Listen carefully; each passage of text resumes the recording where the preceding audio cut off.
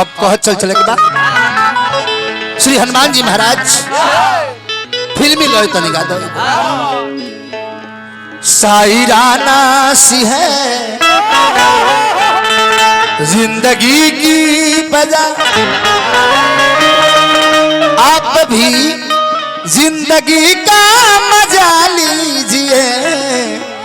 सायराना सी समीनाथ भाई पता नहीं हनुमान जी से आराधना प्रार्थना करे कि मैया अंजनी के लाल रौरा आ जाए जी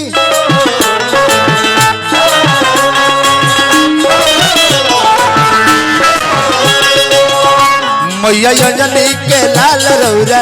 आ जाए जी लड़का कलजिया बचा जाए जी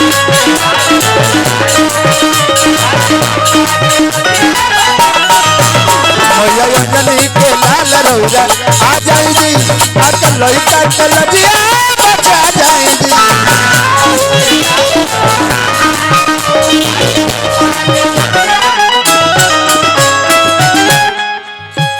मैया अंजनी के लाल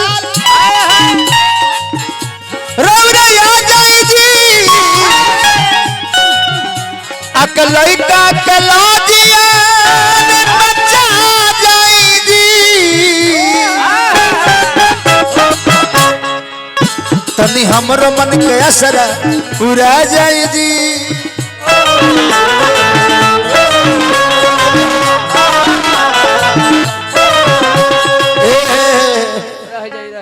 बिटिया रानी के चाचा गौरव शर्मा जी हजार रुपया के पुरस्कार देनी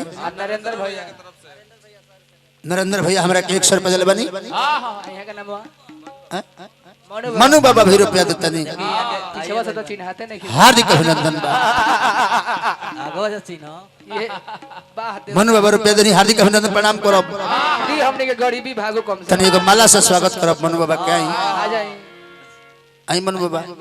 पैसा देता नहीं हमनी के रही पहले ए बाद में पैसा दिया अच्छा हां ये है ताली बजा ताली महेंद्र बाबा ताली में कोशिश करते हैं वाह मनु बाबा के कलाकारी के जोड़ना हो ए बाबू आहा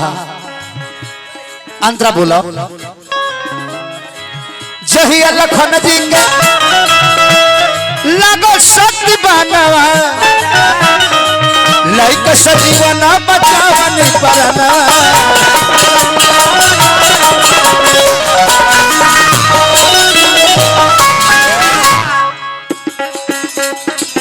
जहिया लखन जी के अरे बना के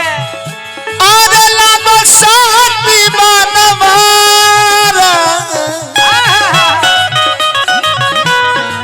लाइक सजीवना बचावन परना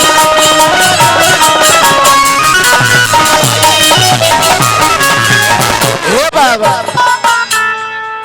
अब मनोजव के राम से मिला जाए जी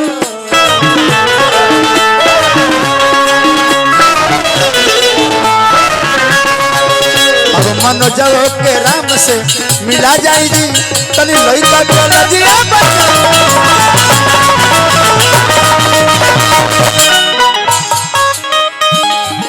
कहते चले कहो श्री सीताराम बोलो राधे श्याम बोलो सीताराम बोलो राधे श्याम बोलो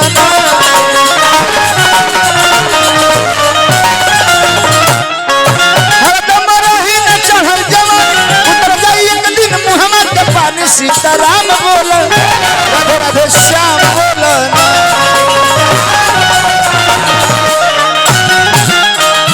श्री सीताराम